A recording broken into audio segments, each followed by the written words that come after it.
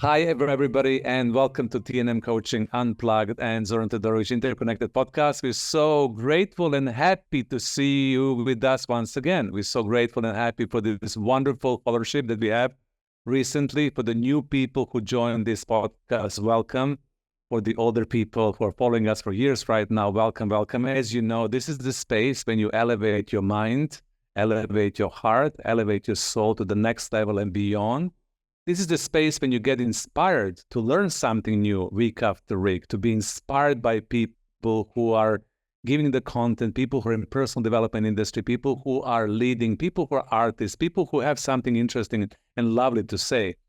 And today's guest, she's very special. She's wonderful. I met her a few years back, and we have a close encounter when we were working in TEDx 2 years ago, when she was a coach and I was the coach. She was in production team and I was in production team. And I began realizing how beautiful her energy was, how significant her presence was, and how we were able to synergize together, her and I, in supporting and coaching people behind the scenes to be able to tell their story in the best possible way. And some of you might know that TED or TEDx format is quite challenging for people. You have to follow the script. You have to know what you're talking about. You have to rehearse. You have to show up your presence. You have to express your voice. When my strength was to hold people accountable to themselves, to give them energetic support, to get them to really connect to themselves, to get them to be more comfortable in your own skin, Alex Gray, who is actress, she is voice artist, and she is creative that helps people and supports people to tell the better story through voice and being able to understand how to express themselves, was the one who was actually giving a very specific technical and creative directorship for the people who were presenting, and the event was success. And I really loved since then what Alex Grace does and how she supports people to arrive to the point that they can use their voice to really tell the better story, to have better impact, to be able to express themselves. So there's so much we can talk about it, but this is the topic of today's conversation. So Alex, I'm so grateful and happy that you're with me today, and welcome. Thank you. Thank you for having me. I'm so happy to be here, and I love listening to everything you were saying. Yeah. But I don't need to say anything. Exactly. So I usually ask a really personal question to begin with. Sometimes, people feel, oh, you surprised me. You didn't tell me that you're going to be asking me that. But my question to you, how did you get into acting, and how did you get into supporting them people later on to be able to express their voice? What was your journey into it? So I mean, I'll give you the short-ish version. Ever since I was very, very little, I was at ballet and theater school, and this was always my world. It was the world that I was able to really feel myself and feel present, and it was a beautiful gift to be able to experience life in this way through using my body, using my voice, being part of a larger performance. Which really, for me, always just represents life itself. When I was born, like my mother and father always say to me, like I came out speaking fluently. I've always been a big talker. And so with my primal scream at birth, the words flowed very quickly. And I think probably because of that confidence in vocalizing myself, I say that with a cheeky smile, because I think my parents almost didn't really know what to do with me. So they were like, okay, off to the circus, off to the theater. And so, through formal training at drama school, you're very privileged to be able to experience and study certain vocal techniques and physical techniques. So you understand how to magnetize a room, how to activate the voice so that you can give greater impact to the story that you're telling. And then, as life goes on and things unfold in terms of a career path, I was invited to hold space for a large number of speakers who were sharing their personal stories And this really was such a gift. And this is the moment that we met, because I realized that it doesn't really always come easy to people. The voice is so affected by karmic influences, psychological impact, how we're feeling emotionally. And so unless you really have a deeper understanding of that and what is going on in your body energetically, like it could really hinder a person from standing up there and sharing that story. And those stories that people stand up there and share, even if it's about, maybe it's not personal, but maybe it's about their work or their study or an experience that has happened to them that is life-changing. All of these, this platform that is given for people to share this space is so important because it changes lives. It changes the trajectory of a person who's sitting there listening.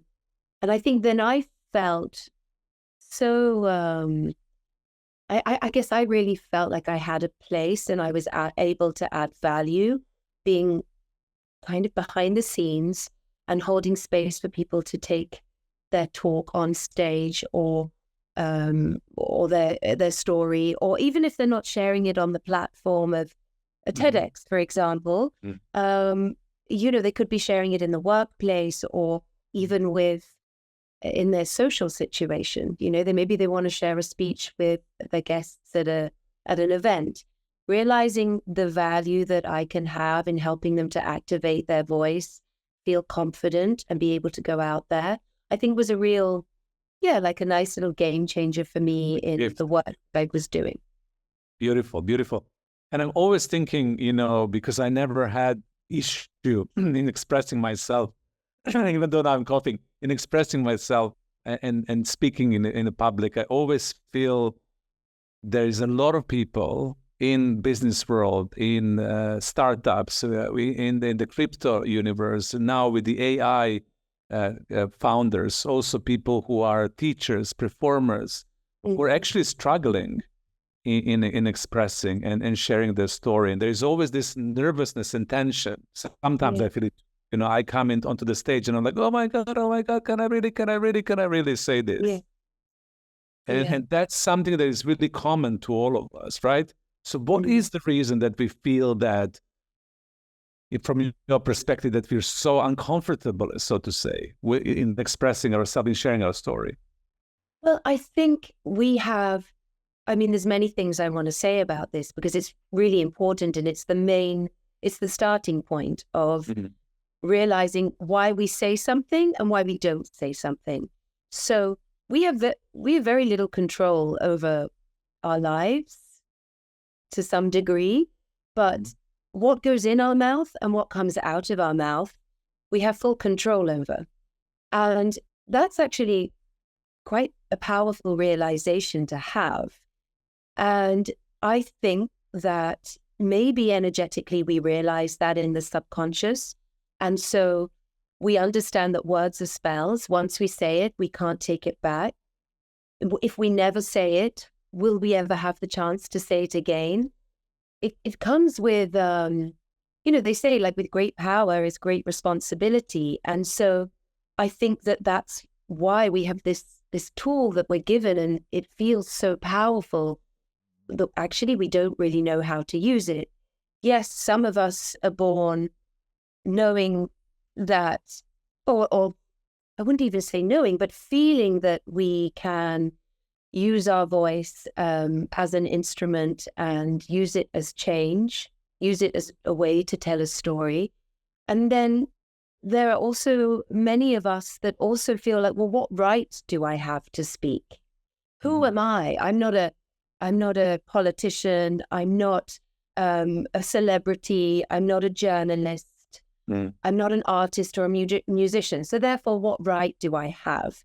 And what I like to work with in my sessions is, if you can speak, then you absolutely must. And the feelings that you're feeling around not feeling good enough, the common one is, I don't like the sound of my own voice. When I speak, I feel that it goes, I then get restricted, I get dry mouth, like all of these physical sensations and psychological imposters happen to everybody. You just said it happens to you. It happens to me. It happens to most people I know that put themselves out there on a stage. It happens to them too. So really through the sessions, we want to understand why it happens and how can we embrace it and transmute it into something that can then be present in what we're trying to say. So once you eliminate the fear, then I'm going to start talking to Zoran. I'm going to feel nervous now. I'm going to start twitching, get dry mouth. I've got all the fear coming up in me, but we just have to kind of move with it and understand that it is only an energetic. And how can we drive that into the body so that we're rooted and then can actually enjoy the experience of speaking and having a conversation? Because it's actually fun. Exactly. I love that. Enjoying the experience. Exactly. And really enjoying it because it's actually fun when you go through that process. So when you are coaching, leading, and mentoring other people, what is that fear about? That fear that gets you dry mouth, the dry expression. Is it that I'm not going to know what I'm going to say next? Is it that I'm insecure? What is it? I know it's individual to each and every of us, but if you were to see the collective consciousness of humanity, that we all share this certain pattern together, what is it in your opinion that prevents us or stifles us? I think there's so much, it's interesting because a lot of us hold trauma, like most of us are traumatized in some way by speaking up and saying the wrong thing. So normally in childhood, you've said something and either your peers, your parents, your teachers have made you feel stupid about what you have said, or you have said something that is incorrect and you've been reprimanded for it in some way. And so with that is a trauma. So that can come up quite a lot. I have fear of public speaking because a client could say, when I was 5, I had to stand on the chair, repeat my times table, and I did it wrong. So all of this obviously is, from what I would say is obvious. We hold traumas around speaking and having said something in the past. But on another level, I do think it is, there is a fear that we hold about possessing and embodying and owning our power. And when everybody is looking at you and you feel that energetic of, okay, you're in front of, say, 100 people and everyone is looking at you and wondering what you're going to say next. So all of a sudden, that focus feels like such a responsibility that, of course, like it creates a psychological, emotional effect in the brain that then will activate dry mouth, nervousness, imposter syndrome. Imposter syndrome is the biggest one, the inner critic that comes into the room because we feel that we don't have the right to be powerful. We don't have the right to say something. And that happens to everybody. And so there's a very simple shift that you can make, which is in that moment that everybody is looking at you, you realize that actually you can place your attention on them. And when you place your focus on the other person and make them, this group of people or this one person, the most important person in the room, and you realize then that it's not about you, this is about them, you kind of, I don't know, this beautiful shift happens because you realize that you only have to say one thing to change a person's life. You know, how many times have you read a book and it's one line in a book that's changed the course of your life? Yes, so, exactly. Yeah, it actually, there's no pressure. You don't need to say, 3,000. Many profound things. Yeah. Many profound things.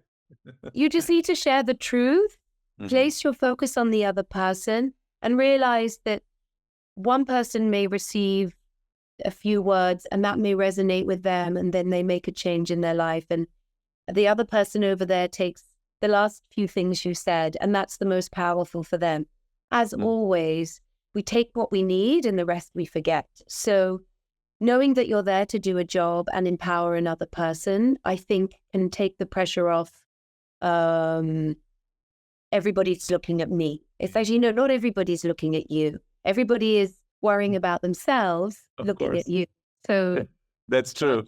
Yeah. So some of those games you can be really creative with actually in your everyday life. And what I try to do is to give people practices and tools that they can use straight away, even in an encounter in the supermarket. You can go and tell a story to someone in the supermarket that you've never met before, and in 1 minute, you've practiced using your voice, remaining present, having confidence, being sincere and an observer of someone else's experience, and responding to them with what they may need in that moment.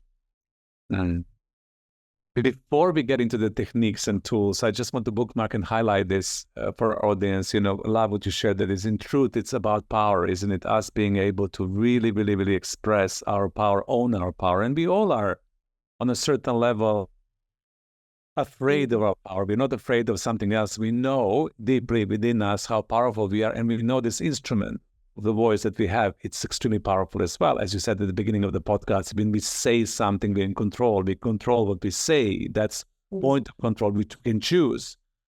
So power is important. And then also that we all have this little of the trauma, micro trauma, macro trauma, depends on the individual, but we all have, we share this in common. I remember when I was in school in front of the class, and I was examined and I made a mistake, and teacher told me that was mistake, and everybody laughed, and how I shrinked, that's micro trauma that sometimes I need to overcome when I'm in front of the audience, because I might think everybody's going to laugh when I start talking and because I'm going to get it wrong. So what I love what you're sharing is that this is normal for all of us. And I think when we normalize it in a way that we all, no matter what we do, acting, leading, developing, coaching, growing, whatever industry, we share this in common, and we all have this tension and nervousness, but we can overcome it. And when we do, then our power can shine. We can really get that. And I love what you said about this one thing that out of the speech that you give will resonate and stay with somebody and change their life. And I'm witness to that. Sometimes I coach people, and then years later, they told me, there is one tiny thing that you told me, out of all of the things that I was trying to do and say and share and empower, that really, really bookmark and resonate. So that also liberates, isn't it? The pressure of performance. Completely. And, to understand that these feelings and sensations that are coming up in the body, you don't even really need to understand why in that moment. You just need to have the technical and practical tool to kind of harness that feeling of nervousness and anxiety and alchemize it into something that can help you elevate what you're trying to do or say. 9 times out of 10, it's our inner critic that is saying, it's the little voice that exists within us all that decides to show up. It's the unwanted guest at a party that decides to come in and just wreck everything. And when you get really comfortable with being rude to this very familiar guest in your house, in your head, you, as soon as you hear, feel, see it come into your experience, especially when you're about to give a performance or a talk, you really have full control. You can recognize, this is my inner critic. He's activating the imposter syndrome, and I'm going to tell him or her or whatever you want to assign to this energy. And you can really ask it to leave. And it was one of the first things that I learned, because nothing will ruin your experience more than an inner critic. It will be the person that says, you are not good enough. Who do you think you are? Everybody thinks you're stupid. This is embarrassing. And when that comes in for me, I start twitching in my face. I start to loop in my head in a state of panic. I start to feel shame and embarrassment. I start to project disaster onto the whole experience. And so I have to take myself away for 5 minutes before whatever I'm about to perform or whatever I'm about to say. And I have to have a very strong word. It's almost like going into the ring, having a fight and winning. And sometimes swear words are used as well. And I have to just ask this energy to leave right away because it's not helpful to anyone. So it will be like you recognize it and you would say whatever, now it's time for you to leave. I recognize you. I see you. This is my inner critic. Yeah. Leave right now, because actually what I really want to do is not criticize myself, but be empowered to be able to share my story. So this is one of the techniques, right? Exactly. Like if you had spent your life planning the event of Zoran, and you've been working towards this moment your whole entire life. You knew every single detail, all the planning, the guests, you were in charge of everything. This is the perfect moment that is created in celebration of you. And some giant oaf came in that was unwanted, uninvited, and just destroyed the whole event. How would you speak to that person? What would you say? I would use many, many words. So it's about recognizing it and saying, how dare you rob this moment from me? This is mine. I've prepared for it. I'm going to own it, take the space, and you can leave. Beautiful. So that's the thing that we all need to bookmark. I remember a very close friend of mine in his wedding, and I was his best man, and I was standing, and he was supposed to, give his oath and give the speech. And in exactly that moment, this was happening. Yeah. Oh, wow.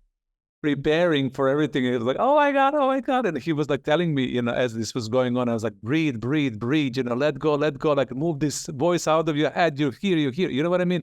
So if he just had this technique and if he knew how to self-regulate himself and open his power, then everything will be easy. So it's not only applicable in big presentation speeches, weddings, funerals, when you have to stand up in front of the group of people and you have to share your story, something happens and you say, this voice comes in and we have to learn how to let go of it. So that's one of the techniques.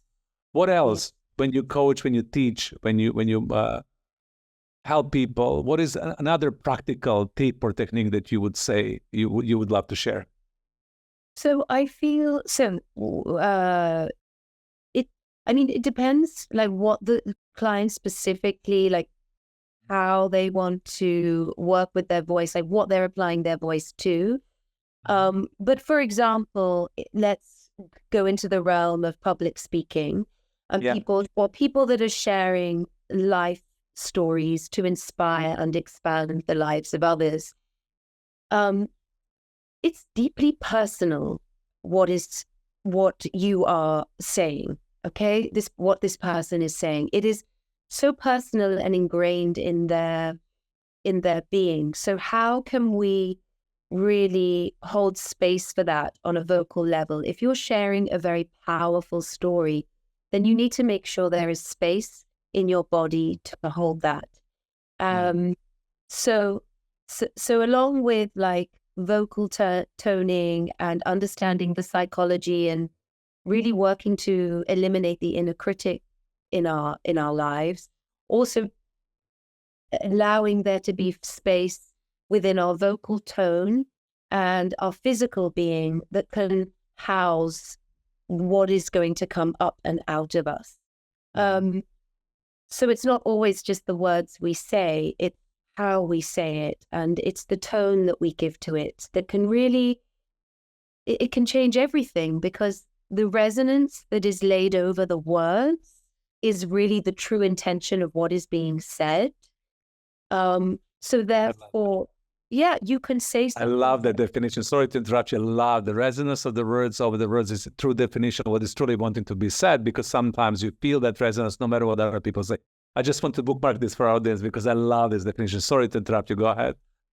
Well, thank you. No, it's also good to understand, what comes out. And how that sounds. And so with my clients, we play around with, like I'm a storyteller and I love story, and I feel that, if you want to, I actually don't know what genius person said it, but it's a very common saying, which is, if you want to change your life, tell a better story. Mm-hmm. And I would love everybody to realize that they have a life-changing story in them. If everybody said, like how they say, everyone has a book in them. We all have a memoir. Everybody has a public talk that within them, that they could go out and share and change the lives of others. So playing around with the stories of our lives through letter writing, actually. I love to work with letter writing in the third person, really connecting to deeper parts of ourselves and the story that lies underneath what someone is saying. Is a really big practice of mine, because also it's something that a client can then go away and work with on a daily basis. And so by getting those stories up and out of us and onto the page, and then reading them back to ourselves or to me in a performance setting, as if you were performing it, allows us to create that space in the body, because then you're not holding on to the tensions of the things that you never said. I don't know if I imagine that lots of people are familiar with the practices of the artist's way, where every morning you write the morning pages just to literally cleanse and debunk the brain and the mind chatter.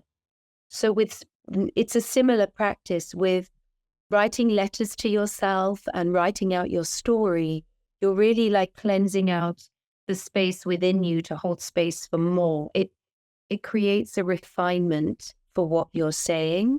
And then you really can understand what happens to your voice. So the voice exists for me, like not only on the outside of our body as it comes out the mouth and we share it, but also, on an energetic scale, it goes from the root to the tip, or whatever way around you want to imagine that. And so we really do have access to a full spiral of sound. And if we want to be heartfelt, it goes up into the heart. And if we want to have impact, it can go deeper into the body. So playing around with moving the story and the sound, like to other parts of the body, is a practice that we do. I make it as fun and creative as possible, but it's also incredibly technical. And then when you want to tell whatever it is you're preparing for, you can say, okay, I need this to be softer and more sincere, and I know that I can access that resonance in my voice, or I really want to create like a deep impact and for people to really understand the importance and the seriousness of what I'm saying.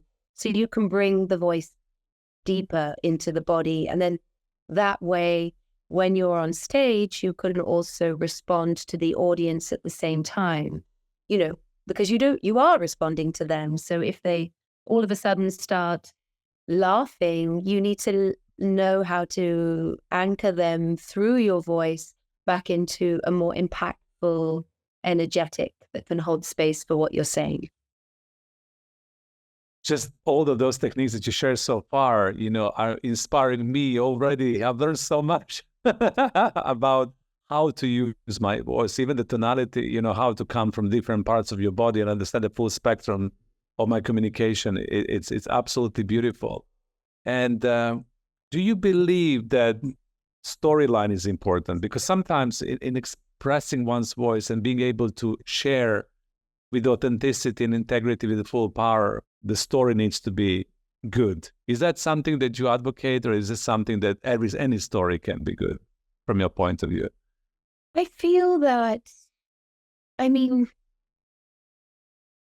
sometimes it's not what you say, it's how you say it. And if you have a story that had a great impact on your life, that caused that maybe the story was very very small, like very subtle, but the impact was extremely valuable and dynamic in your life, then sharing the weight and the magnitude of the impact can always help elevate a story that maybe someone feels is boring, or I mean, that we also go through that. Is it even interesting what I'm saying? Exactly. But if it's if the person that is saying it is interested, like, and believes in the impact that it has had on their life, then they should absolutely share that. And I think the more we share our simple stories, actually, the greater impact we can have on a daily scale. I mean, I am sitting here sharing a little bit my story with you, and maybe this will impact someone else. You just don't know. But my inner critic could have told me 5 minutes before we started talking, does anyone even care what you're saying? Like, Alex, what are you doing here? But no, someone out there will listen. And Absolutely. and it will, understanding the power that you have within your voice, anybody can go out there and share a story. So even a simple joke is a story. Yeah, exactly. So I know that some of my audience, or our audience on TNM Unplugged as well, are leaders and professionals. So if somebody was to come and say to you, Alex, I am a leader of the organization. I need to inspire people. I need to empower people. I need to stand up in front of a group of people at the conference, or I need to give a speech, or I need to really do that in a powerful way, but I don't know how. And I'm technical. I have a lot of people come to me. I'm an engineer. I love software. I love computers. Leave me with the computer, and I could tell the story using my keyboard. Yeah. But me standing in front of people and me sharing my story, I don't know how. I'm afraid. I don't know where to start, where to go. What would you say? How would you lead them through the process? Let's just kind of talk about simple case study, just for people to understand and see what they need to go through, of somebody who is, they can speak, but they're not powerful storytellers, into being able to work with you to come to the point where they can say, ta-da, I've shared this story, and, everybody were listening to me, and I could see that one person that I was anchoring, was moved, and everybody got inspired. Then I got wonderful feedback after doing that. So what will be the journey for somebody like that? So this is really interesting, because actually there's so many people out there with incredible knowledge, but haven't yet accessed the confidence or the voice or the storyteller part of themselves in order to really give over this this knowledge in a way that it can be received. So much of performance training is how to tell a story. So I would look at their sort of case in its entirety. There will be passion behind what they're trying to say. So how do they express their passion best? Does it come through physically, for them, vocally? Like, where is that passion holding in the body? And then I would go through the various practical exercises and techniques that help them to continue to connect with this inner storyteller, which I believe is in everybody. Like, before there was anything, and we were just living in small communities, we were all reading stories to one another. We were all the storytellers. So I believe as humans, we do have access to that. It is within all of us. So taking them through, these various practical techniques and exercises on a regular basis, probably we would need like 10 sessions, maybe 5, depending, where you keep training the voice. You train the physicality like you would if you were going to run a marathon. You know that you can run, but you just are not sure that you can run that far. So you engage in daily physical training and practice so that your body can then do that thing that you would like to do. It's the same. It's not that you don't have it. It's that you just need to unleash it and activate it within you, and then practice doing that. So breaking it down into vocal toning, confidence coaching is really important. Being able to activate the space for people to feel confident, and then giving them the tools to be able to hold that space for themselves so that they can create their own stage. So it's all, creative, energetic, and technical practices that then will lead you to a place where you will give over a better speech, story, performance. It can only get better the more you do it. It's very practical. It's training it. It's not something that you either have or you don't have. Yeah. And I love that. I love your practicality with this, because I believe, as you believe, that everybody has story to say. And then once we train those skills, those muscles, preparation, super important, practice. How do you express yourself? Breath, as well, as you mentioned, where the voice comes from. How do you anchor your story? That everybody literally can become the true storyteller. And I remember, that in the past, we used to sit around the fire when we didn't have internet and we didn't have social media. We were in the storyline, and the big storytellers were so important, and we all were enticed to share our story in the most beautiful way. Even the shy ones, there was always a space for people to express. And I think we need to go back into it, because one of the aspects that makes us human and makes us so beautiful and so invigorating is our stories that we have inside of ourselves through our life experiences that we want to share to empower others as well. Yeah, I believe that so strongly. Like there's a huge invitation to the world with social media. So so many people, I say everyone, but so many people are feeling this call to share, to express themselves. And we've been given this amazing platform to do it on. But really the skill, if you can move yourself away from the screen, and you can put yourself in front of a human being, having a human experience, and you can share your story in that way as much as possible, or just engage in human behavior, that's where you really develop the true skill of being able to share your truth and share your story. And so using those opportunities to really connect human to human is vital for our existence, because otherwise it's all just a bit of a show and a pantomime. And it's a necessary show and pantomime, but those intimate moments that we used to have way back yonder, hundreds of years ago, we've lost that quality. And that really is the thing that develops the confidence and the skill and the ability to tell the truth. Confidence, the skill, and the ability to tell the truth. Thank you so much, Alex. Any last word to leave the audience with? It can be anything that you would like us to practice in this direction, or anything that you feel it's important for you to communicate, just to leave the audience with as they're departing from this podcast. Oh, now that's pressure. Now I have to say something. I know.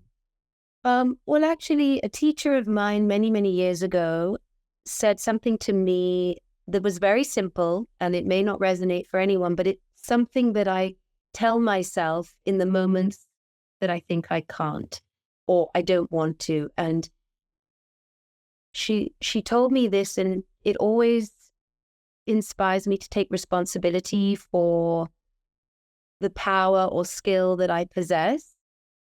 And it is, she always said, if you can do it, you must do it. Yeah. So it's very, very simple, but for me, if you can, you must. If you can speak, you absolutely must. If you can run a marathon, you absolutely must.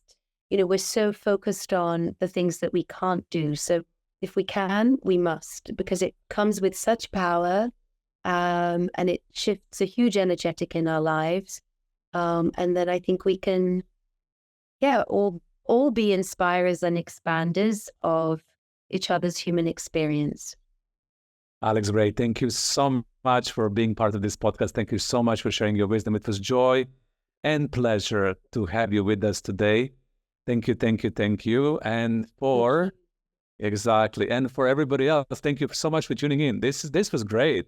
I'm going to reference Alex's great Instagram and also her social media. So if you feel inspired, you want to get in touch, of course, you can do that. You can follow her and engage in working with her. She's, as you can see, remarkable. Once again, thank you so much, Alex. Thank you, everybody. And bye for now. Bye. Ciao. See you later.